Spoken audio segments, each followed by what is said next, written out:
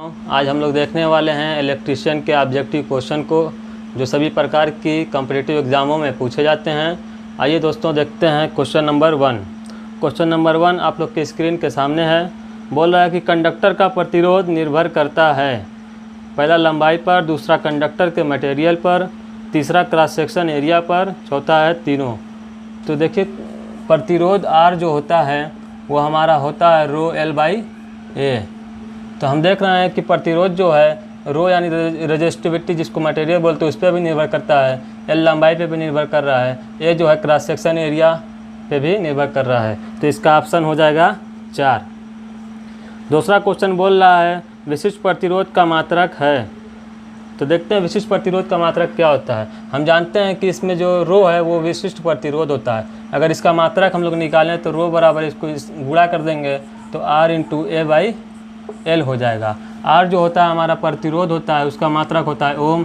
ए जो है एरिया है, एरिया का मात्रक होता है मीटर स्क्वायर। और L जो है लंबाई है, लंबाई का मात्रक मीटर। मीटर से मीटर कैंसिल हो जाएगा, ये आ जाएगा ओम मीटर। तो रेजिस्टिविटी या तो विशिष्ट प्रतिरोध का मात्रक हमारा क्या आ गया, ओम मीटर। ऑप्शन 3 सही है। तीसरा क्वेश्चन है कूलाम के नियम के अनुसार दो आवेशों के बीच लगने वाला बल। पहला है दोनों आवेशों के गुणनफल के समानुपाती होता है, दोनों आवेशों के बीच की दूरी के वर्ग के व्युत्क्रमानुपाती होता है, निर्वात की विद्युतशीलता पर निर्भर करता है, चौथा है उपरोक्त सभी। तो देखिए कूलाम के नियम के अनुसार जो बल होता है F जो होता है वो हमारा होता है 1/4 पाई Q1 Q2 अपान R स्क्वायर, जहाँ Q1 Q2 हमारा आवेश होता है और R जो होता है वो डिस्टेंस होता है यानी दूरी होता है। तो हम देखते हैं कि दोनों आवेशों के गुणनफल के समानुपाती भी है और बीच की दूरी के वर्ग के व्युत्क्रमानुपाती भी है और निर्वात की विद्युतशीलता इस पर भी निर्भर कर रही है। तो इसका ऑप्शन हो जाएगा 4 यानी उपरोक्त सभी पे निर्भर करता है। अब देखते हैं चालकता का मात्रक होता है। क्वेश्चन नंबर 4 है चालकता का मात्रक होता है। तो हम लोग जानते हैं चालकता जो होता है वो प्रतिरोध के विलोम होता है। चालकता G बराबर होता है 1/R यानी प्रतिरोध के विलोम होता है। और R जो होता है रेजिस्टेंस होता है, उसका मात्रक होता है ओम।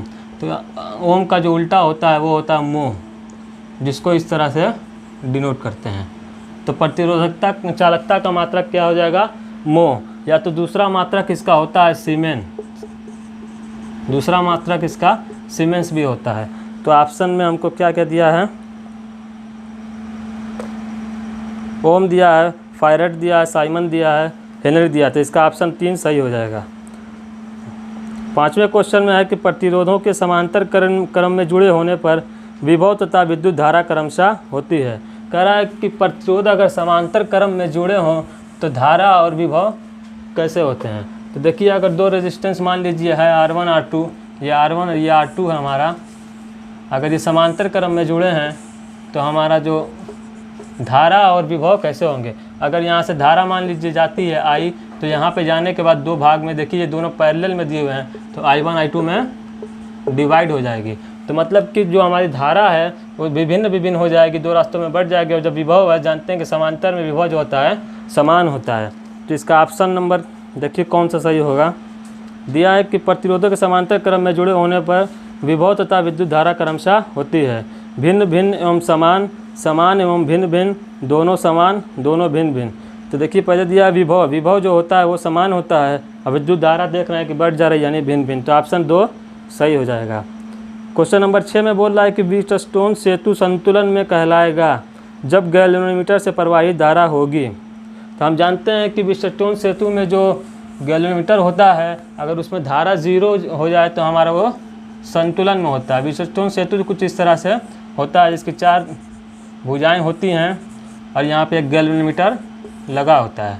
अगर गैल्वेनोमीटर में धारा अगर 0 हो जाती है तो हम कहते हैं, अगर इसमें धारा का वैल्यू 0 हो जाए तो हम कहते हैं कि यह संतुलन में है। तो इसका ऑप्शन नंबर 3 सही हो जाएगा, 0। यानी कि अगर गैल्वेनोमीटर में धारा का मान 0 हो जाए तो यह बैलेंस कंडीशन में होता है। क्वेश्चन नंबर 7 में है कि संधारित्र की धारिता किस किस पर निर्भर करती है। तो देखिए धारिता की बात कर रहा है, संधारित्र की धारिता किस किस पर निर्भर करती है। तो हम जानते हैं कि संधारित्र की धारिता बराबर होता C बराबर होता है epsilon R A by D. तो देखिए संधारित्र की जो धारिता है वो एरिया पर भी निर्भर करती है और डिस्टेंस पर भी निर्भर करती है और उसके बीच के माध्यम पर भी निर्भर करती है। तो इसके ऑप्शन में दिया हुआ है उनके सतहों के क्षेत्रफल पर, तो देखिए क्षेत्रफल पर भी निर्भर करती है। संधारित्र के दोनों प्लेटों के बीच की दूरी पर, तो दूरी पर भी निर्भर करती है। और दोनों प्लेटों के बीच के माध्यम पर भी निर्भर करती है। तो इसका ऑप्शन हो जाएगा ऑप्शन 4 के इनमें से सभी। इसके बाद है क्वेश्चन नंबर 8। क्वेश्चन नंबर 8 में बोल रहा है कि एक आदर्श आमीटर का प्रतिरोध होता है। आदर्श आमीटर का प्रतिरोध जो होता है वो 0 होता है। इसका ऑप्शन नंबर हो जाएगा 1। क्वेश्चन नंबर 9 में बोल रहा है कि सही संबंध बताइए। दिया धारिता बराबर आवेश बटे में विभव। धारिता C बराबर हम जानते हैं Q बाई V। तो ये हमारा ऑप्शन सही होगा।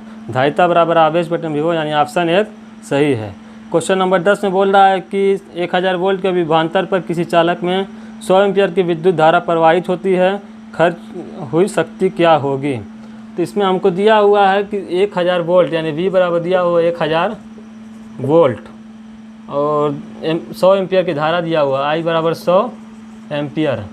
अब पूछ रहा है पावर बताना है, शक्ति की गणना करना। तो हम जानते हैं कि पावर P बराबर होता है V इंटू आई। V का वैल्यू जो दिया हुआ वो है 1000, I की वैल्यू है 100। तो इसको हम गुणा कर देंगे तो आएगा 3250 यानी कि इतना आएगा एम्पियर, सॉरी वाट। शक्ति का मात्रक होता है वाट। तो ऑप्शन 4 सही होगा। अब देखिए कह रहा है स्टूडेंट क्वेश्चन नंबर 11 में कि चित्र में दर्शाए गए परिपथ का तुल्य प्रतिरोध क्या होगा।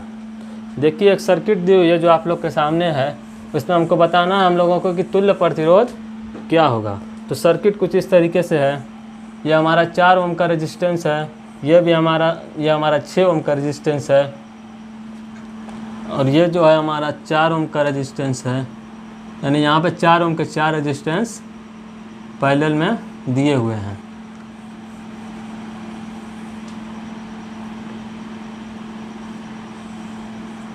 तो हमारी सर्किट इस तरह है और 1.6 ओम का रेजिस्टेंस यहाँ पे है। ये पॉइंट A है और ये B है। 4 ओम 6 ओम इस चारों 4 ओम के हैं। ये भी 4 ओम है। हमको तुल्य प्रतिरोध यानी इक्विवेलेंट रेजिस्टेंस बताना है। तो देखिए हम देख रहे हैं कि अगर यहाँ से करंट जा रही है तो यहाँ से डिवाइड हो जा रही है, यानी दोनों ये पैरेलल में है। अगर ये दोनों पैरेलल में है तो इसका हम निकालते हैं, हम जानते हैं कि 1/में R बराबर 1/में R1 प्लस 1/में R2। इस तरीके से अगर इन दोनों का पैरेलल निकालते हैं तो आएगा 1/में 4 और धन 1/में 6। यहाँ से हमारा 24 एलसीएम हो जाएगा। 4 छक्का 24, 6 चौको 24 बराबर आएगा 10/में 24। तो 1/में R बराबर आ गया 10/24, R बराबर आएगा 24/में 10। इसका जो वैल्यू आएगा भाग देने पर 2.4, यानी कि ये जो हल हो गया 2.4। इसी तरीके से ये चारों जो है पैरेलल में दिए हुए हैं तो इनका भी वैल्यू अगर हम निकालते हैं तो देखते हैं 1/में R बराबर, इसी तरह 1/में R1 R2 R3 R4 करके निकालेंगे तो 1/4 प्लस 1/4 प्लस 1/4 प्लस 1/4। यहाँ से 4 एलसीएम ले लेंगे तो ऊपर हमारा आएगा 1 + 1 + 1 + 1 बराबर 4/में 4 बराबर 1। यानी यहाँ से R की वैल्यू हमारी आती है 1 ओम। इसकी जो वैल्यू हमारी आई थी 2.4 ओम। तो देखिए अब सर्किट कुछ इस तरीके से हो जाएगा। अगर हमारा ये वाला रेजिस्टेंस 1.6 ओम है, अब इसको हल करने पे हमारा आया है 2.4 ओम। अब इसके सीरीज़ में हो जाएगा जो आया है हमारा 1 ओम और ये जो आया 2.4 ओम। सर्किट हमारी इस तरीके से हो जाएगी। तो अब इसको अगर हम हल करें तो देखिए ये जो 2.4 ओम है 1 ओम में सीरीज में है, तो अब जो ये रेजिस्टेंस हो जाएगा हमारा 3.4 ओम हो जाएगा जुट करके, और 1.6 ओम ये है। अब ये दोनों सीरीज में हो गए तो इसको अगर हम जोड़ दें 3.4 प्लस 1.6 तो हमारा हो जाएगा 3 1 4 और 6 4 10 को 0 हाथ में आया 1 और 3 1 4 1 5। यानी हमारा टोटल रेजिस्टेंस इक्विवेलेंट रेजिस्टेंस कितना आ गया 5 ओम। तो इसका ऑप्शन 4 सही होगा। अब देखिए क्वेश्चन नंबर 12। क्वेश्चन नंबर 12 आप लोग के स्क्रीन के सामने है।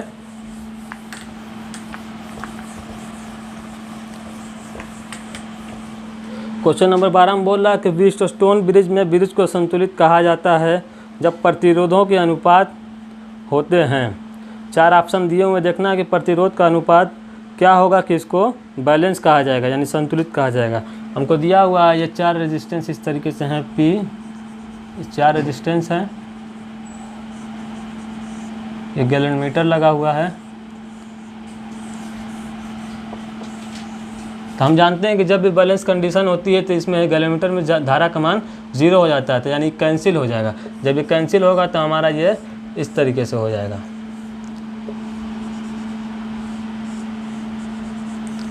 अब ये हमारा इस तरीके से हो गया। तब ये हमारा दिया हुआ है P Q R S। अब इसमें हम तिर्यक गुणा इस तरीके से हो जाता है, तो P इंटू एस बराबर हो जाएगा Q इंटू R। अब इसको P बटा Q अगर कर लें इधर लेकर आएँ तो ये हो जाएगा R बाई एस। यानी बैलेंस के कंडीशन में हम देख रहे हैं कि हमारा जो फार्मूला मिला P बाई Q बराबर R बाई एस। इसमें ऑप्शन नंबर 4 सही हो जाएगा। अब देखते हैं क्वेश्चन नंबर 13। क्वेश्चन नंबर 13 आप लोग के स्क्रीन के सामने है। कह रहा है कि 16 माइक्रोफैराडे, 16 माइक्रोफैराडे और 32 माइक्रोफैराडे के 3 कैपेसिटर हैं, अलग अलग कैपेसिटी के 3 कैपेसिटर है जो सीरीज़ में जुड़े हुए हैं सीढ़ी क्रम में। उनका कुल कैपेसिटेंस हमको निकालना है। तो हम जानते हैं कि कैपेसिटर को हम इस तरह से दर्शाते हैं। ये 3 कैपेसिटर सीरीज़ में है यानी श्रेणी में, जिसकी वैल्यू जो है 16 माइक्रोफैराड और ये भी है 16 माइक्रोफैराड और ये है हमारा 32 माइक्रोफैराड। ये तीनों सीरीज में दिए हुए हैं, हमको कुल कैपेसिटेंस निकालना है। तो हम जानते हैं कि कैपेसिटेंस और रेजिस्टेंस में यही फ़र्क कि रेजिस्टेंस अगर सीरीज़ में होता है तो उसको R1 R2 R3 हम जोड़ देते हैं, और जो कैपेसिटर होता है वो सीरीज़ में अगर दिया है तो रेजिस्टेंस को जैसे पैरेलल में निकालते हैं वैसे निकालेंगे। यानी ये सीरीज़ में है तो उसको हम पैरेलल की तरह निकालेंगे। 1/C इक्विवेलेंट अगर बात करें हम तो 1/C1 plus 1/C2 plus 1/C3। इसका अगर मान रखें हम C1 बराबर 16 रखते हैं, C2 भी हमारा 16 दिया हुआ है और C3 हमारा 32 दिया हुआ है। यहाँ से अगर 32 एलसीएम लेते हैं तो 16 दूनी 32, 16 दूनी 32 और 32 से कम 32 बराबर आता है 5/32। यानी C इक्विवेलेंट अगर हम निकालें तुल्य कैपेसिटेंस तो हमारा वो आएगा 32/5। तो देखिए 32/5 यानी ऑप्शन नंबर 1 सही है, 32/5 माइक्रोफैराड। क्योंकि हम जानते हैं कि संधारित्र का मात्रक जो होता है, कैपेसिटर का मात्रक, उसको हम फैराड में दर्शाते हैं। अब क्वेश्चन नंबर 14 देखिए आप लोग के सामने है। Question number 14। क्वेश्चन नंबर 14 में बोल रहा है कि 2 फैराड और 3 फैराड कैपेसिटी के 2 कंडेंसर श्रेणी में जुड़े हुए हैं। तो हम उनको श्रेणी में जोड़ देते हैं, 2 फैराड और 3 फैराड। ये 2 फैराड का है, ये 3 फैराड का कैपेसिटर श्रेणी में जुड़े हुए हैं। 2 फैराड का तीसरा कंडेंसर जो है उनके समांतर में जुड़ा, यानी कि इन दोनों के समांतर में एक कैपेसिटर जुड़ा हुआ है जो 2 फैराड का है। तो परिणामी कैपेसिटर निकालना है। अगर यहाँ से हमको इसमें सप्लाई दिया गया है, हमको परिणामी यानी C इक्विवेलेंट निकालना है कि तुल्य कैपेसिटर क्या होगा। तो देखिए ये दोनों जो है सीरीज़ में, हम जानते हैं कैपेसिटर जो सीरीज में होते हैं तो उसको हम 1/C बराबर 1/C1 प्लस 1/C2 यानी रेजिस्टेंस जैसे पैरेलल में निकालते हैं वैसे हम कैपेसिटर को सीरीज में निकालते हैं। इसके वैल्यू अगर रखते हैं 1/2 प्लस 1/3 तो 1/C बराबर हो जाएगा, यहाँ से 6 एलसीएम लेंगे, 2 3 6 3 दूना 6, ये हो जाएगा 5/6। यानी C की वैल्यू हमारी यहाँ इन दोनों की जो वैल्यू आ रही है वो कितनी आ रही है 6/5। अब ये 6/5 अब सर्किट ऐसे हो जाएगा, अगर एक कैपेसिटर में इसको हम दोनों को हल करके लाएँ 6/5 और ये दिया हुआ है 2। अब ये दोनों पैरेलल में बच गए हमारे। तो हम जानते हैं कि अगर पैरेलल में 2 कैपेसिटर है उसको हम सीरीज की तरह हल करते हैं। तो C इक्विवेलेंट की अगर हम बात करें तो हमारा हो जाएगा 6/5 और धन 2 बराबर, अगर 5 एलसीएम लेते हैं तो यहाँ पे 6 बचेगा, यहाँ पे 10 बचेगा, यहाँ 10 6 16/5 5, यानी ऑप्शन नंबर 2 हमारा सही है। इसके बाद देखते हैं हम लोग लास्ट क्वेश्चन, क्वेश्चन नंबर 15।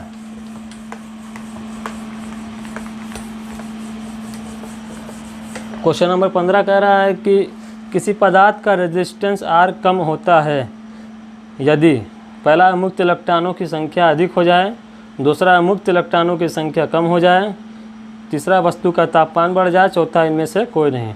कह रहा है कि रेजिस्टेंस कम कब होगा, तो हम जानते हैं कि रेजिस्टेंस कम कब होगा। रेजिस्टेंस कम होने का मतलब होता है कि धारा ज़्यादा बहेगी, और धारा के बहाव में जो सहायक होता है वो इलेक्ट्रॉन होता है। अगर इलेक्ट्रॉनों की संख्या हम देखते हैं कि अधिक हो जा रही है तो हमारा रेजिस्टेंस कम हो जाएगा और करंट जो है आसानी से फ्लो हो जाएगी। तो ऑप्शन नंबर 1 में दिया हुआ है कि मुक्त इलेक्ट्रॉनों की संख्या अधिक हो जाए, यानी इलेक्ट्रॉन जब ज़्यादा होंगे तो करंट आराम से फ्लो हो सकती है, इसलिए रेजिस्टेंस जो होता है कम हो जाएगा। तो ऑप्शन 1 सही है। तो हम लोगों ने आज इलेक्ट्रीशियन के लिए 15 क्वेश्चन को देखा जो बहुत ही इंपॉर्टेंट है सभी कॉम्पिटिटिव एग्जाम के लिए, और ऑब्जेक्टिव के लिए आप लोग बने रहिए नेक्स्ट वीडियो में।